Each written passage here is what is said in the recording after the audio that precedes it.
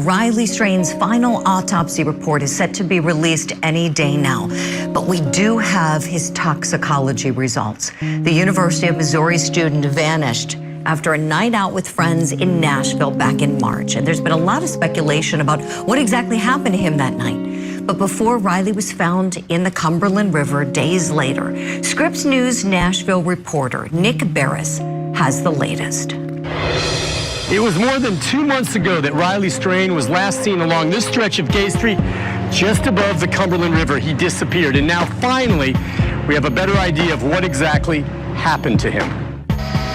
We know that the 22-year-old University of Missouri student's body was found in the Cumberland River 2 weeks later.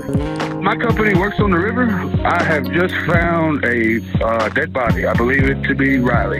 At the time, Metro Police Chief John Drake said preliminary indications were that it was a horrible accident.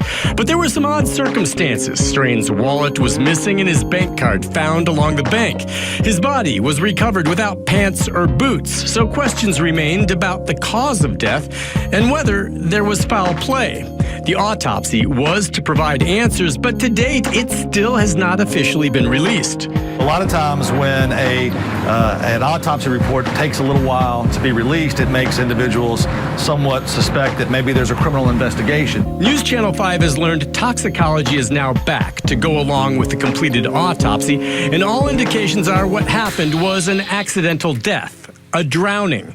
No evidence of trauma or that Strain had been drugged, and no sign he was victim of a crime. This was a horrible tragedy, but that there is no criminal wrongdoing. Our understanding is the medical examiner did just receive some new information and is finalizing the official autopsy report, expected to be public very soon. No surprises are expected, though the case can always be reopened if there are any signs of foul play that emerge. There's nothing to stop the district attorney's office in the future if there's new evidence that comes to light. When the full autopsy report is completed, it will be sent likely next week to the district attorney. No criminal investigation is expected. Nick Barris, News Channel 5. All right, with all that information, as we're waiting for the final autopsy results to be revealed, what might they show? Let's bring in our guests, three people who followed this case since it began. Retired FBI Special Agent Jennifer Coffindeffer is still with us. Want to welcome in law enforcement expert Sonny Slaughter and retired criminal defense attorney Kirk Nurmi. Great to see you all. Sonny, would you start us off, please? Your thoughts on what, if anything, shocking this autopsy may show? Good morning, Julie, and my amazing co-guests who have been following this with all of us and the people. Oh, this case was really disturbing, his disappearance, and I am still wondering if they are going to find some drugs in the system. Maybe he was drugged or something that led to this unfortunate accident is what they are calling it right now. I still have concerns about his disappearance, but I want to see what the rest of the autopsy report shows. And if there's anything that could have been in his system that wasn't revealed the first time that we need to still look at. Appreciate it, Sonny. Jennifer Coffindeffer, to you next, please. Your thoughts. Hi, everyone. First of all, I did want to say, Sonny, good news here, I think, at least from what I researched, is that toxicology did show no drugs.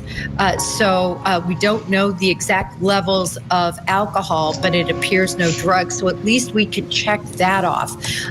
And I think this was, and have from the very beginning, thought this was a tragic accident. I based that on the video surveillance we saw, and the fact that his trousers were, off. He was found 8 miles down that river that flowed very heavy and caught snagged.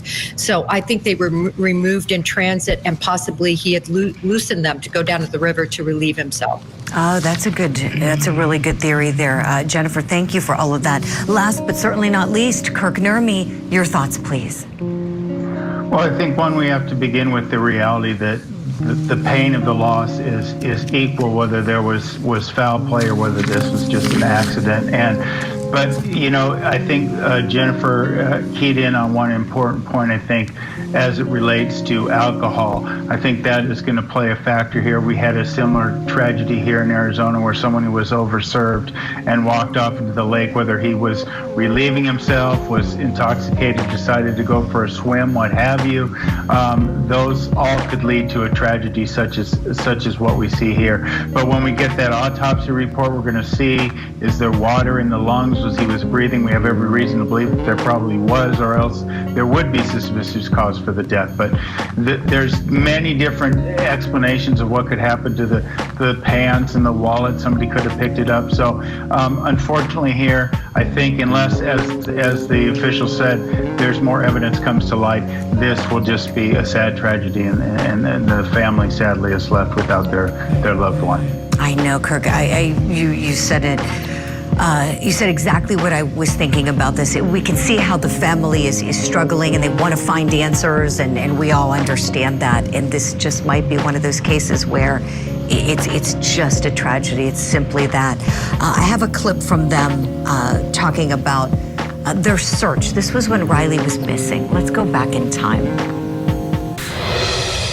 I haven't talked to my boy for over a week. And it's hard. Thank you for getting the word out and keeping the word out. And please don't stop sharing.